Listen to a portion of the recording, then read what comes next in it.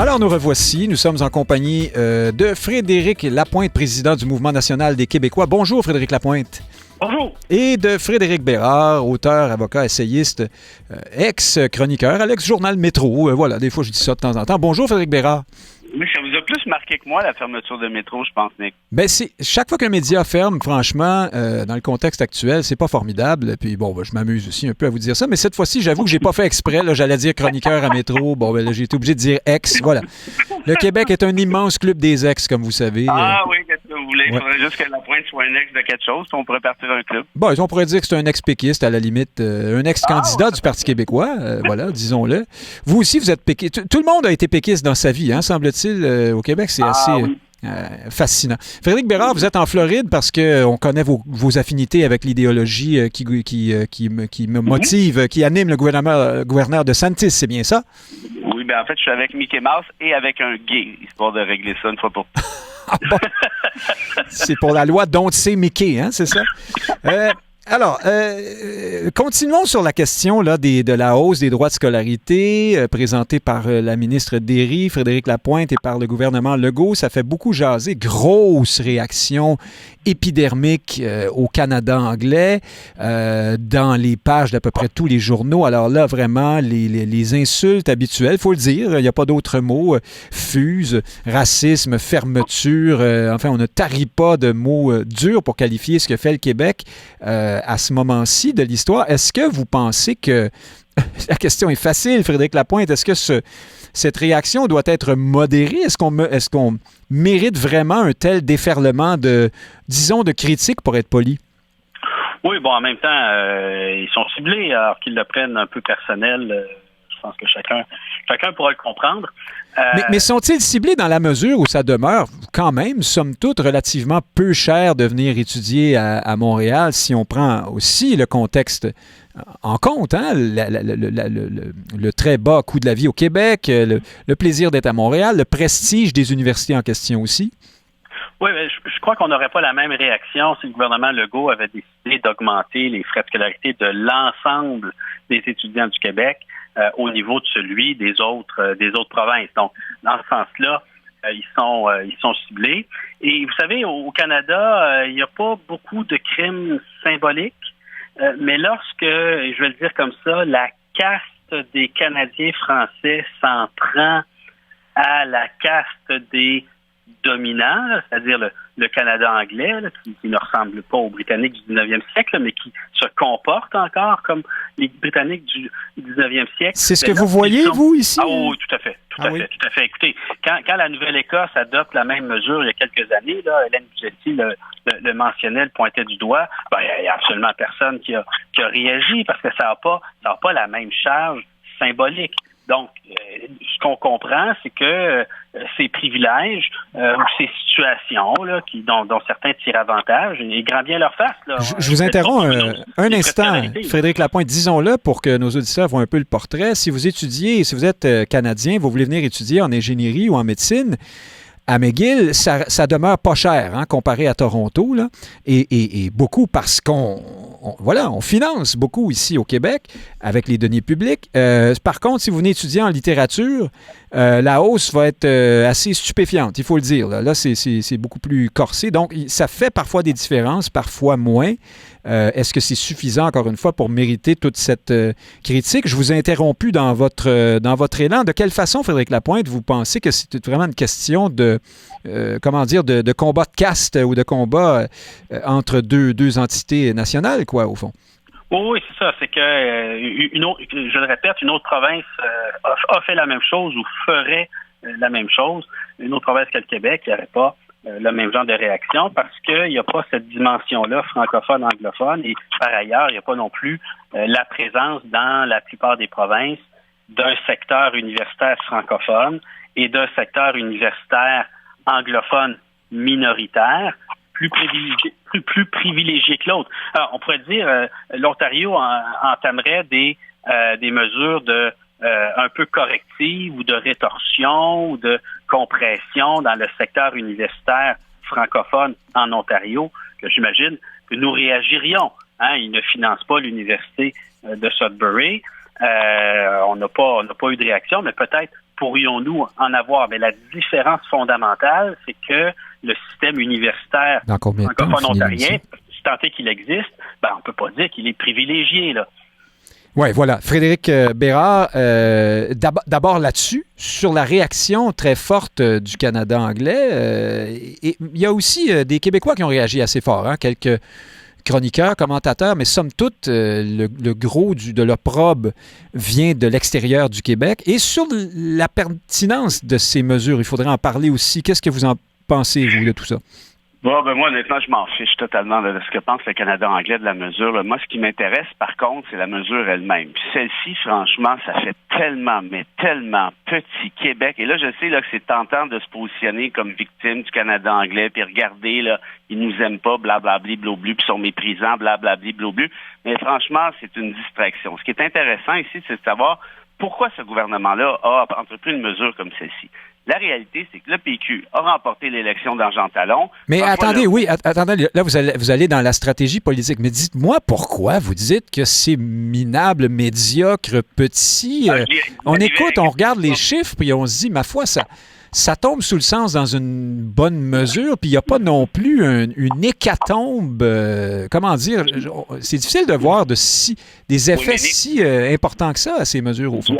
J'y arrivais, mais c'est parce qu'on ne peut pas dissocier la stratégie politique de la mesure elle-même. Dans l'optique où, ici, si le PQ ne gagne pas l'élection dans Jean Talon, François Legault ne dépose pas cette mesure-là. Attendez une seconde. Vous errez parce que François Legault, dans une entrevue avec Patrice Roy, plusieurs jours avant l'élection dans Talon, annonçait cette mesure.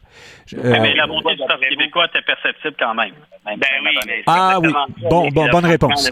D'accord. C'est un qui a amené l'autre. Et puis, rappelez-vous la vidéo qui circule sur Pascal Derry. Alors, disons que ce que vous dites s'applique à partir d'avant avant le résultat de la partielle, disons. Oui, non, je sais bien, mais ce que j'essaie de dire avec ça, c'est que c'est rattaché avec la montée du PQ qui a culminé, évidemment, avec l'élection de Jean Talon. Mais si vous voulez, laissons tomber ça.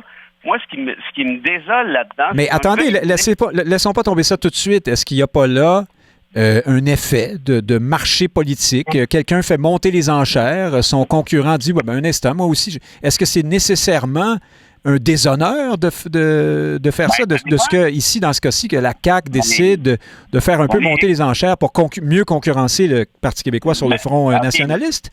OK, oui. Fait que s'il y a un parti qui obtient, je sais pas moi, gain de cause dans une partielle, puis dit manger du carton, c'est bon pour la santé, est-ce qu'on va faire de la surenchère pour manger du carton? Ben oui, vous avez un bon exemple, mais quand même, restons dans la réalité, c'est pas ça qui est arrivé, là.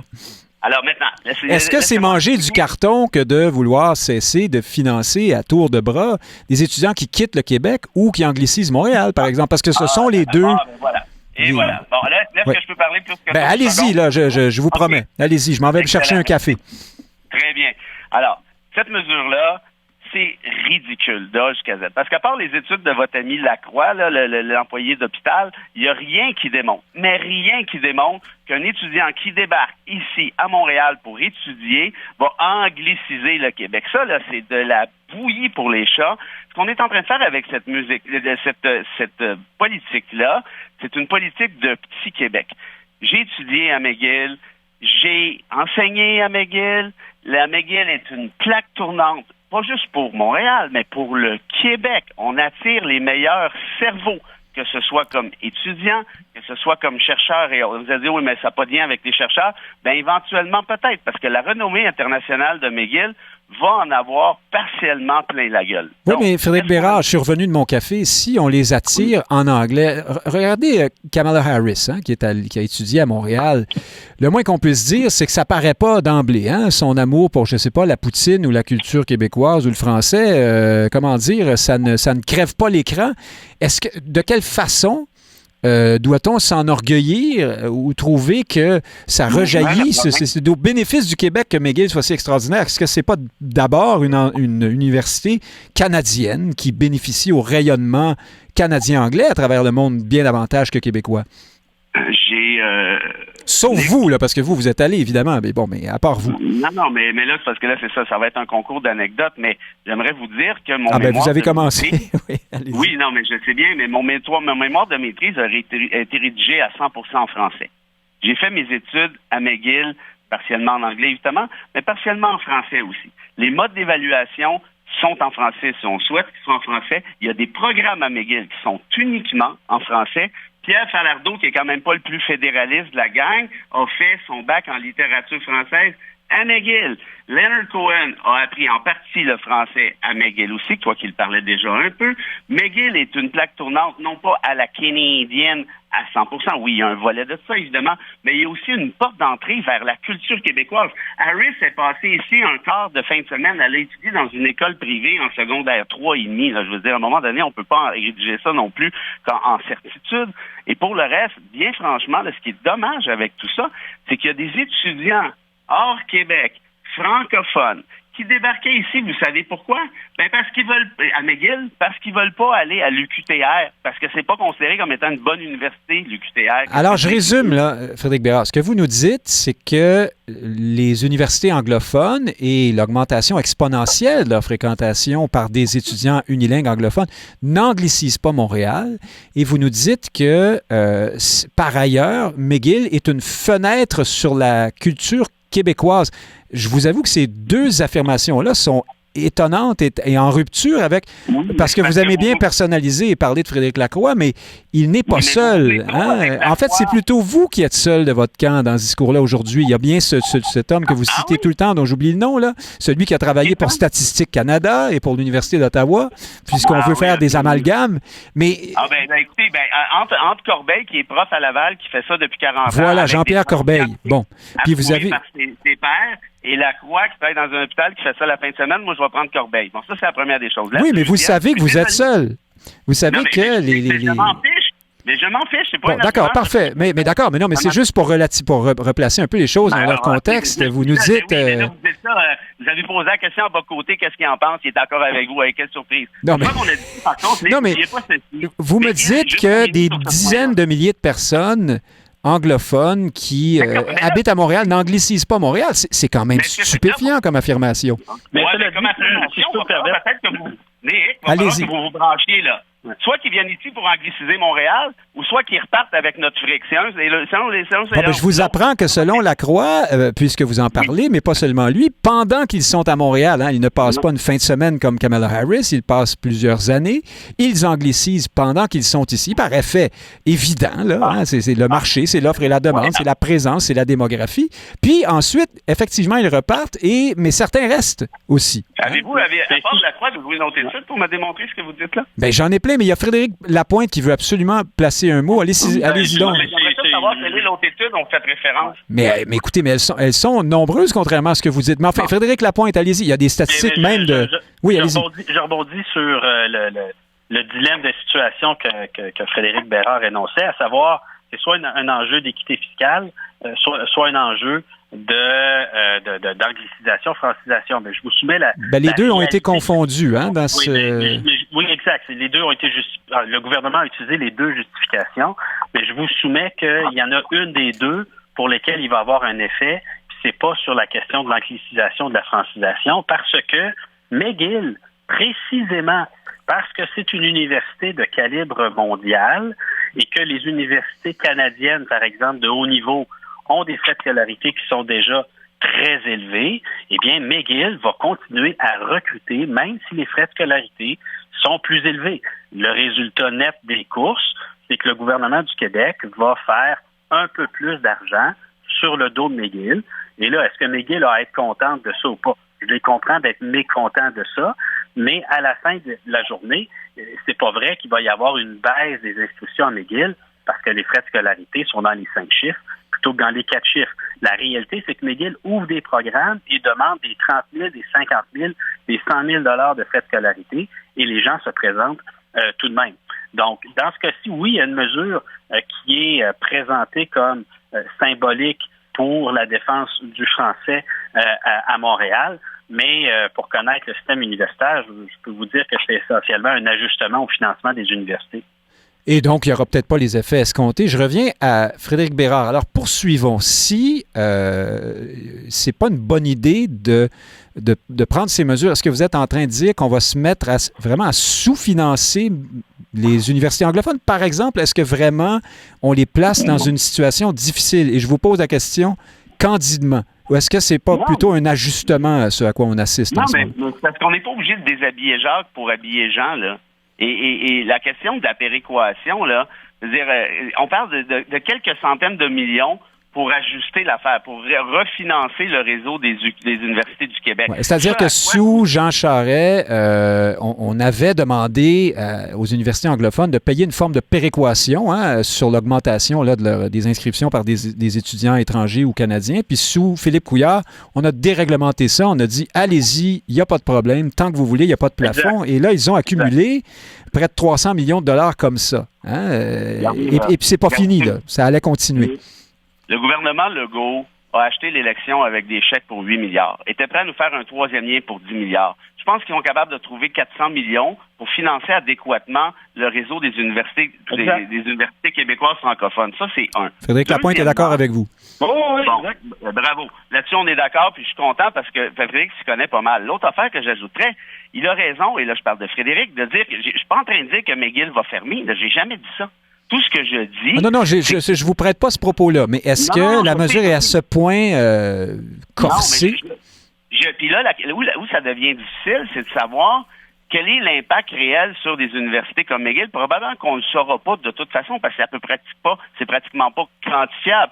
Quelqu'un qui va décider de ne plus appliquer à McGill, on ne le saura tout simplement pas. Ce que je vous dis, par contre, c'est que McGill, c'est la meilleure université du Québec. C'est la meilleure université au Canada dans la plupart des programmes. C'est une des meilleures universités en Occident, sinon au monde. Ça me semble assez normal que McGill soit mieux financée qu'une université du Québec, et je le dis en tout respect, qui se limite à un territoire X. Ça me semble aller sous le sens. Sidney Crosby, je trouve que c'est un peu normal qu'ils soient un peu mieux payés que Joel Edmondson. Mais ça, c'est moi. Oui, mais par contre, on peut avoir de l'ambition puis espérer que nos universités francophones ici... avec toute l'ambition du monde, là, l'UQTR à Chicoutimi ne va jamais dépasser McGill. On va arrêter de se compter des pipes. Puis la deuxième affaire que j'aimerais dire, qui est quand même importante, c'est que Frédéric, oui, a raison de dire qu'il y en a qui vont continuer d'aller à McGill, évidemment.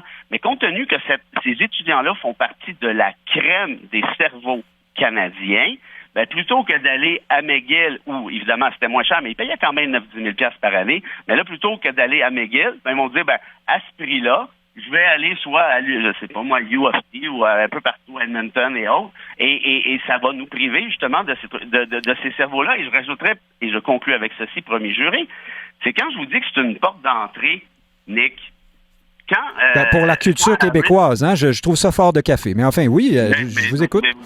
Vous avez le droit de trouver ça fort de café. Harris, quand elle a été élue vice-présidente des États-Unis, le Québec était quand même pas mal fier de ça. Puis vous savez quoi? Moi j'étais content de ça. Et quand même qu'elle parle pas français, puis quand même que ci, puis quand même que ça je comprends bien. Mais il y en a beaucoup qui le font, par contre. Et là, évidemment, ils ne sont pas aussi connus que la vice-présidente des États-Unis, ça je comprends bien. Mais d'avoir des liens, que les gens repartent après avec un diplôme de McGill, moi, dans bien des cas, je vous dis tant mieux. Parce qu'économiquement, diplomatiquement, politiquement, c'est juste fantastique. On veut avoir ce genre de lien-là avec le reste du monde. On parle de gens éduqués. On parle de la crème de la crème. Vous voulez pas que le Québec projette cette espèce d'image-là à l'étranger? Oui, mais c'est ça. Est-ce que c'est le Québec, Frédéric Lapointe? Est-ce qu'on n'est pas dans une forme de schizophrénie ici? Moi, j'ai l'impression que si on envoie Guy Nantel faire un vox pop sur la rue devant McGill, Frédéric Bérard pourrait avoir l'air fou dans son propos parce que il me semble assez évident que c'est un îlot anglophone, canadien-anglais, à l'intérieur, au centre de Montréal, qui somme toute, a très, très peu de liens avec la culture et l'identité du Québec. Je me trompe? Je suis complètement... je suis un nationaliste obtus en disant des choses comme ça, Frédéric Lapointe, d'après vous?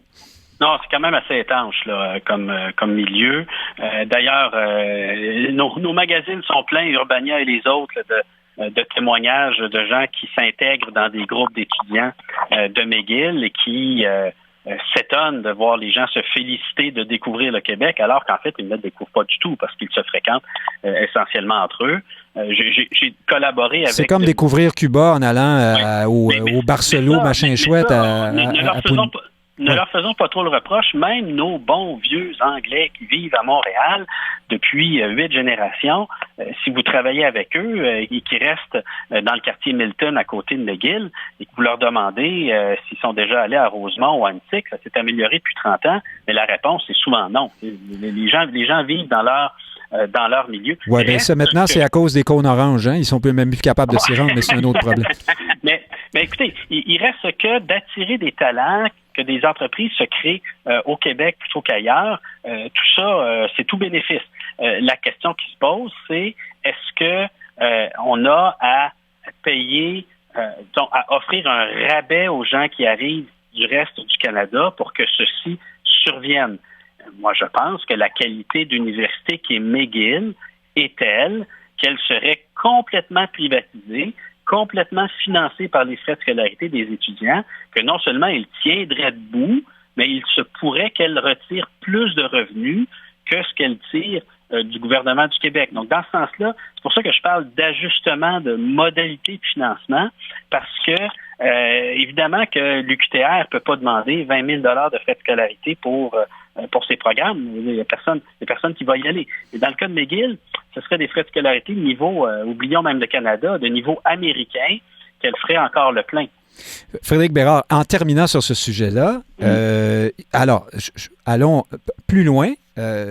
Acceptons votre point de vue sur McGill. D'après vous, c'est une fenêtre sur la culture québécoise et c'est dommage de diminuer un peu l'aide qu'on lui fait. Au fond, c'est un peu ça que vous dites, mais c'est un peu quand même. Hein? Et comment expliquez-vous la réaction, mais alors, virulente est un mot poli, dans les éditoriaux, les forums canadiens-anglais? Est-ce que c'est pas parce qu'on touche au fond à la question nationale? C'est que ici, le Québec se comporte comme un État qui considère McGill, à tort ou à raison, à tort selon vous, comme étant une institution étrangère dans une certaine mesure, hein, canadienne, disons.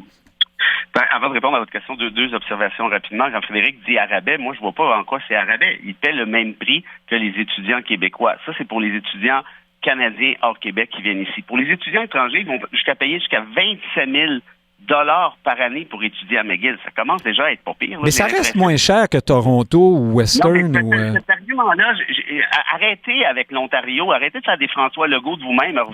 Non, mais c'est parce que ça relativise un peu les choses. Là, on parle de ça comme si on allait charger le plus cher au monde. Ça va demeurer les universités les moins chères en Amérique du Nord ou à peu près.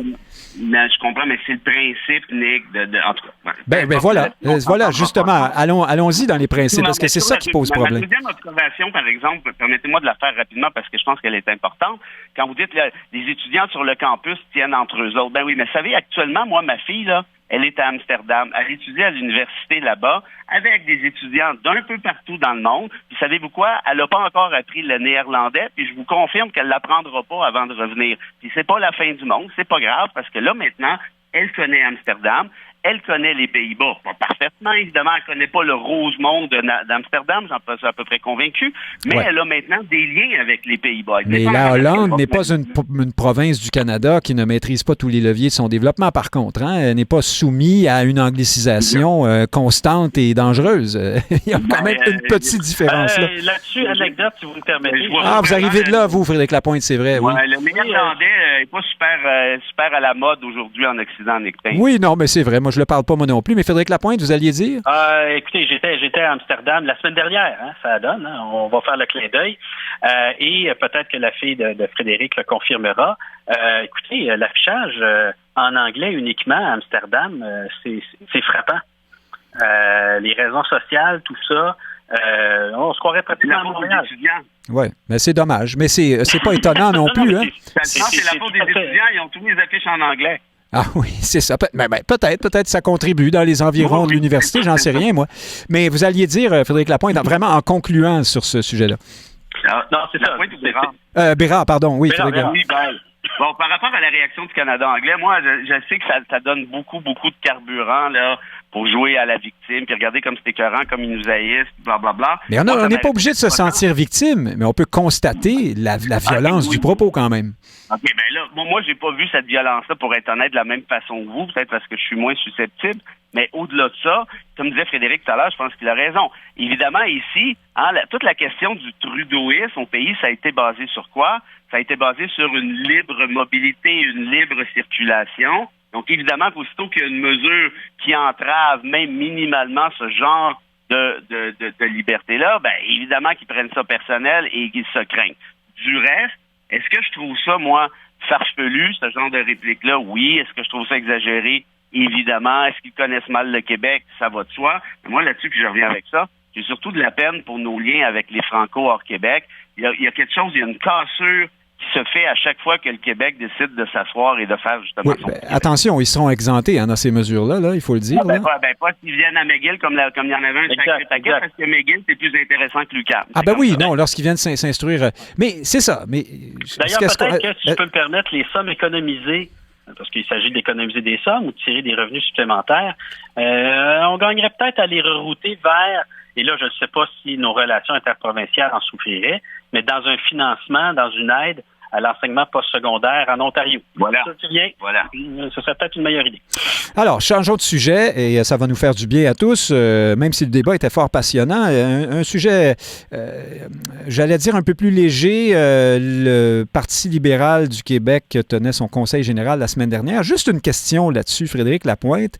Ce parti qui dit vouloir se recentrer, se rapprocher des francophones, Antoine Dionne Charest, Charest comme dans Jean Charest, c'est le fils de Jean Charest, qui déclare à l'ouverture de ce conseil les anglophones du Québec doivent contre-attaquer ou quelque chose du genre, je le paraphrase, mais c'est à peu près ce qu'il disait, avant de démolir les mesures du gouvernement Legault sur les frais universitaires. Est-ce que c'est un drôle de commencement, ça, pour un parti qui veut se rapprocher des francophones? Il faut le Parti québécois le fait aussi, là, il faut reculer vers sa base pour reprendre des forces. Le Parti libéral, on me disait qu'il a à peu près 15 000 membres à l'heure actuelle. Il est parfois 4e dans la course au financement public. Donc, c'est un parti qui a besoin de reprendre des forces. C'est comme ça que j'interprète l'appel à la mobilisation des anglophones. Évidemment qu'ils ne pourront pas vivre que de cette mobilisation. Il faut qu'ils soient capables de convaincre la majorité du Québec que c'est un parti qui travaille dans leur sens. C'est une quadrature du cercle, c'est difficile. Puis vous savez qu'à cette émission, j'essaie d'être indulgent avec le Parti libéral. Je dois dire que tout le monde sait ça. C'est ça. Leurs arguments fédéralistes ne sont pas complètement farfelus. J'entends André Pratt dire si le Québec est puissant économiquement, il l'a fait dans le Canada, pourquoi changer? C'est autre chose que du Paul Martin de l'époque qui disait que si on fait l'indépendance, il va y avoir 1 million de nouveaux chômeurs. Leurs arguments demeurent modérés, mais je le répète, ils ont un pas de plus à faire pour faire sentir qu'ils sont vraiment du bord de la population, de la majorité de la population d'une part, et d'autre part aussi, qui sont prêts à accompagner aux besoins la population dans une transition vers la souveraineté. Moi, j'ai envie de savoir que le Parti libéral du Québec va être du côté du Québec si on fait ce pas-là vers l'indépendance dans quelques années. Mon Dieu, vous regardez loin en avant. Ils ont des arguments. Ouais. Ils ont des arguments à l'encontre et c'est correct. On ne peut pas avoir un débat démocratique sur la souveraineté si tous les partis sont du même bord. Mais à quelque part, il faut que leur loyauté et leur fidélité au Québec soit affirmée avec plus de force. Frédéric Bérard, qu'est-ce que vous en pensez? Mais vraiment en quelques mots, parce qu'on a d'autres sujets intéressants tout de suite après. Des libéraux qui disent on veut se rebrancher sur les francophones et sur notre nationalisme extraordinaire, qui commence en disant il faut que les Anglos se révoltent. Qu'est-ce que vous en pensez? Oui, une petite observation, Nick, d'entrée de jeu. Les références systématiques à Antoine Charest, Dionne Charest. Comme le fils de l'autre? Oui, je vais arrêter bientôt. C'est un peu bas parce que, je veux dire, on a tous des pères dans la vie. Si c'est bas, ça voudrait dire que c'est... Non, vous avez raison, c'était pas nécessaire. Oui, d'accord, on le fera plus. Je vous l'en pas, mais ça fait une couple de fois qu'on le fait, puis je me dis que ce gars-là a quand même le droit de penser ce qu'il veut dans la vie, puis est-ce qu'il est en mission télécommandée par son père? Franchement, je ne sais pas, mais j'ai comme des doutes. Mais bon, j'en doute. Non, c'est pas ce que j'ai voulu dire, en tout cas. Mais c'est intéressant de savoir que le fils de Jean Charest est sens en politique. Ça ne lui enlève rien, d'ailleurs. Puis on constate qu'il a un talent certain. Hein? Ça, c'est, oui, puis c'est pas un talent théâtral dans son cas. C'est peut-être pas Justin Trudeau, là. Non, c'est ça. Ouais, non, mais voilà. Je le connais à peine, je l'ai vu une fois, mais un gars qui a un doctorat en philosophie, habituellement, c'est quelqu'un d'assez solide de manière cognitive. Et une fois qu'on a dit ça, pour répondre à votre question, moi, je suis plus certain qu'il y a de la place pour un autre parti chez les francophones au Québec. Je pense que la marque de commerce libérale a été brûlée pour les raisons qu'on connaît, là. Ceci dit, ça a été un parti qui a toujours été très populaire chez les francophones jusqu'à tout récemment encore. Hein. Faut pas oublier ça. Là. Pauline Marois a été là une fin de semaine, ni plus ni moins. Et Philippe Couillard a pris la pôle dans le temps de le dire comme ça, notamment chez les francophones. Non, mais puis même en 2018, Couillard ne restait pas planté avec son épicerie à 75$, avec ses filets de porc et ses sandwichs pendant 2 semaines. C'est pas si clair que ça non plus que le gouvernement Legault ramassait tout. Là, il était année au moment de cette boulette-là. Donc, tout ça pour dire quoi? C'est que là, maintenant, il est arrivé quoi? Il est arrivé QS qui a pris de la place, notamment dans l'espèce de terrain de jeu libéral. Le PQ, là, actuellement, commence à renaître chez les francophones pour se positionner comme l'alternative. Alors donc, on se replie sur la base. C'est ce que vous dites comme... Les conservateurs de Duhem aussi qui... Bon, ça doit être juste un 7, 8, 9% chez les francophones, mais il y a quand même des libéraux là-dedans. Donc, tout ça pour dire quoi? Moi, j'ai lu le document de Pratt et compagnie. C'est une espèce d'exposé très, très philosophique, les grandes lignes. Moi, j'y vois rien de vraiment catastrophique. Puis, j'ignorais que Frédéric était un défenseur légendaire du Parti libéral. Ceci dit, moi, j'avais pas remarqué ça. C'est peut-être moi qui est un peu engourdi à cette émission. Mais pour le reste, ça, c'est entre lui et lui-même. C'est son petit bonhomme de... C'est le pédagogue. C'est le pédagogue. Ouais, c'est ça. C'est son... J'ai rien d'autre à dire que ce que dit Frédéric à cet effet-là, parce que franchement, je pense que... Bon, alors, mais restons un peu dans le sujet des partis, des grands partis d'autrefois. Il y en a un qui, à la surprise générale, finalement, se maintient et même progresse, c'est le Parti québécois. Et Paul Saint-Pierre Plamondon, quand je dis d'autrefois, je veux dire de l'alternance d'autrefois jusqu'à tout récemment. Ça va bien pour les péquistes ces temps-ci, il faut quand même le souligner. Ils sont 4 désormais. Et là, Paul Saint-Pierre Plamondon, de façon un peu impromptue, en point de presse cette semaine, se met à parler des contours d'un Québec souverain, parce que les journalistes, vraiment, se sont mis à poser des questions là-dessus. J'ai écouté le point de presse, c'était un peu étonnant, ça sortait de nulle part. Alors, M. Plamondon, dites-nous, est-ce que le Québec devrait avoir sa monnaie, son armée, ainsi de suite, et le chef péquiste de se lancer dans un exposé là-dessus. Et Frédéric Lapointe, non seulement de parler d'une monnaie québécoise et d'une armée, mais de ramener, croyez-le ou non, roulement de tambour, la souveraineté association. Comme position privilégiée pour l'avenir. Hein? Donc, au centre du souverainisme de Paul Saint-Pierre Plamondon, il y aurait une association avec le Canada. Tout ça, alors que le PQ va lancer son budget, voilà, son portrait des finances de la première année d'un Québec souverain là, ce lundi. Mais donc, la souveraineté association, est-ce que ça vous a étonné, ça, vous? Non, ce qui est étonnant, c'est de parler de ces sujets maintenant. Donc de faire de multiplier les cibles, hein, si j'ose dire. Peut-être que faut pas faire trop de stratégie avec un scrum où les journalistes sont ceux qui mettent un peu l'ordre du jour de la discussion, mais il reste que l'effet, c'est que plutôt que de se centrer complètement sur le budget de l'an 1 et de le décortiquer, il y a comme plusieurs missiles qui ont été lancés en l'air. Je ne veux pas faire des mauvais parallèles avec d'autres situations dans le monde. Là. C'est comme s'il y avait plus de missiles qui avaient été lancés en l'air et que ça devenait plus difficile de critiquer chacun d'entre eux durant le même week-end. Mais il y a une cohérence là-dedans en même temps. Là. C'est vraiment la vision d'avenir large là, d'un Québec indépendant que Paul Saint-Pierre Plamondon expose en somme. C'est pas seulement les finances. Hein? Donc on peut comprendre un peu la cohérence l'idée derrière le fait de ramener le statut politique et tout ça, non?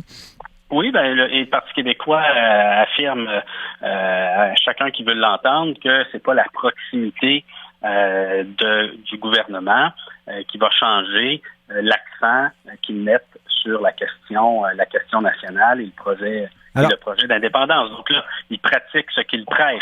L'occasion était belle, mais je pense que la publication du budget de l'an 1 est quand même un exercice toujours risqué et que là, en ayant plusieurs sujets, je le répète, soumis à la discussion, ça met peut-être un peu à l'arrière-plan l'examen minutieux du budget de l'an 1, qui est toujours un exercice là, un peu difficile et périlleux là, du côté du Parti québécois. Frédéric Bérard, certains ont dit c'est une stratégie, c'est de régler, évacuer ces questions-là longtemps avant la prochaine élection pour qu'on ne nous les pose plus après, comme c'était arrivé par exemple à Pauline Marois en pleine campagne électorale alors que Pierre-Carl Péladeau levait le poing en l'air.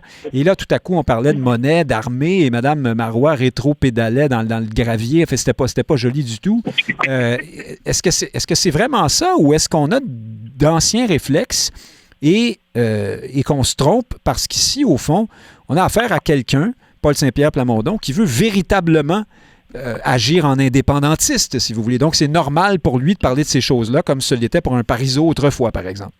Ouais, ça, je vous l'ai dit souvent, le Saint-Pierre Plamondon est devenu indépendantiste quand il y a un job qui s'est libéré au PQ. Là. Alors, oui, vous je ne sais pas quand est-ce que vous allez y croire, parce que vraiment, vous avez la couenne dure là-dessus, mais ma foi, le grand soir de l'indépendance, lorsque le président Plamondon va prononcer son discours, vous ne le croirez pas encore.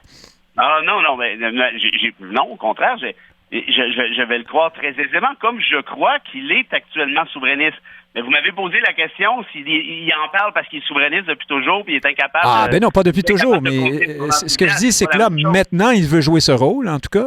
On peut s'entendre là-dessus. Mais là-dessus, Plamondon est un excellent acteur, il est très crédible. Est-ce qu'il a fini par croire à son discours? Possiblement. Et pour répondre à votre question plus précisément, moi, Plamondon, c'est un gars intelligent, là, c'est pas un tata. Là. On commence pas à parler de monnaie puis d'armée comme ça en 2023 pour le plaisir de.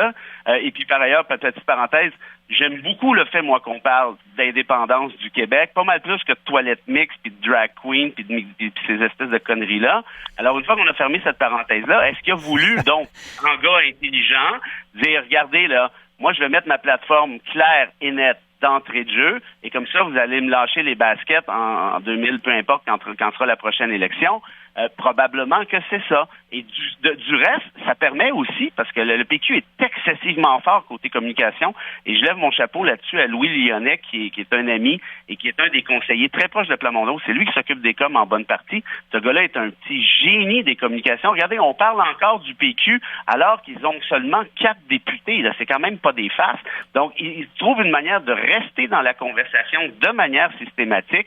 Nadeau-Dubois, il voit ça passer. Je veux dire, ça va beaucoup trop vite pour QS, là, actuellement. Gabriel Nadeau-Dubois, on est rendu à parler de la fin de sa carrière politique, ou en tout cas de se retirer. En fait, c'est pas tellement lui qui en a parlé à notre émission. Vous vous rappellerez, avec Christian Dufault, c'est moi qui avais soulevé la question, puis là, les militants commencent à en parler, on verra ce que ça donne. Mais une fois que j'ai dit ça, ce que je voulais dire avec le PQ, c'est que vivement des questions intelligentes comme celle-là, est-ce que par la suite, on a des Legault qui font leur Elvis Gratton en disant on va perdre des jobs, puis Tanguay qui dit la pièce à Plamondon. On dirait qu'on rejoue dans le confort et l'indifférence là, de Denis Arcand avec des espèces de comment je dirais, de boutade à l'agent Chrétien. Ça démontre un peu quel type de gars est Legault par ailleurs. Et puis Tanguay, c'est pas beaucoup, ça vole pas beaucoup plus haut, disons ça comme ça. Donc, de parler d'indépendance quand on est un peuple comme le nôtre, situé dans un territoire qui est nécessairement hostile aux Français,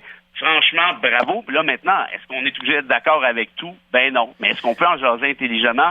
Ben oui. Et de là, la pertinence, à mon sens, du PQ. On ne peut pas terminer cette émission sans avoir parlé du conflit israélo-palestinien, qui est une véritable catastrophe de bout en bout. Frédéric Lapointe, à ce moment-ci, alors, je pense qu'on n'a pas besoin de se demander là, si Justin Trudeau s'est trompé ou pas trompé en interprétant des nouvelles qui se sont avérées plus ou moins exactes par la suite, le bombardement d'un hôpital notamment. Mais plus largement, Frédéric Lapointe, à ce moment-ci, est-ce que vous êtes capable, vous, de dresser une sorte de tableau de la gradation de l'horreur? Est-ce que il y a équivalence, comme certains le prétendent, entre les attentats barbares et absolument innommables du Hamas et les attaques terribles actuellement d'Israël sur Gaza? Est-ce qu'on se trompe? Est-ce qu'on est capable aussi d'avoir la vérité ou à peu près d'être proche de la vérité dans l'information à ce sujet-là?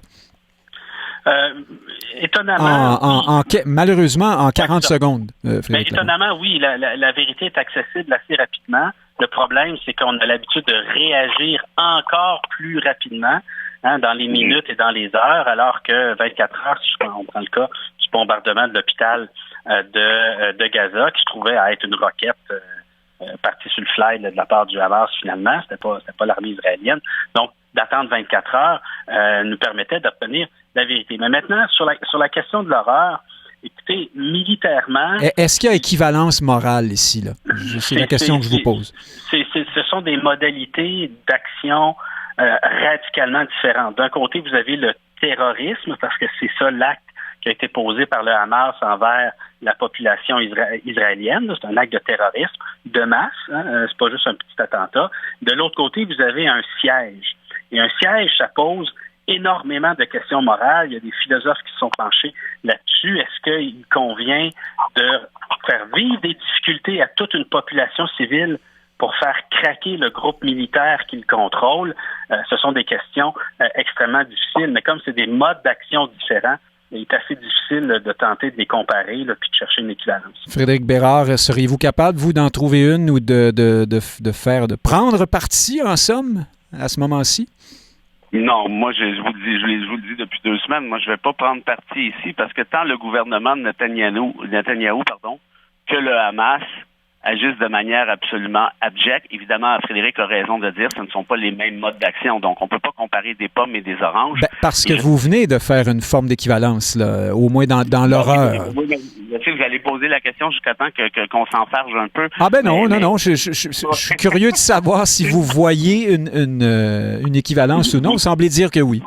Non, c'est pas ce que j'ai dit. Si vous vous rappelez, il y a 2 semaines, je vous ai dit clairement ceci. Il n'y a aucune justification à ce qu'a fait le Hamas. Aucune. Ça, c'est un. De 2, par contre, il n'y a aucune justification à la colonisation, au blocus et au génocide tenté par Israël en Palestine.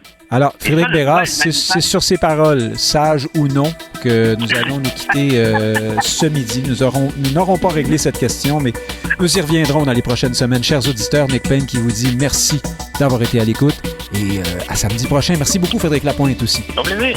Au revoir.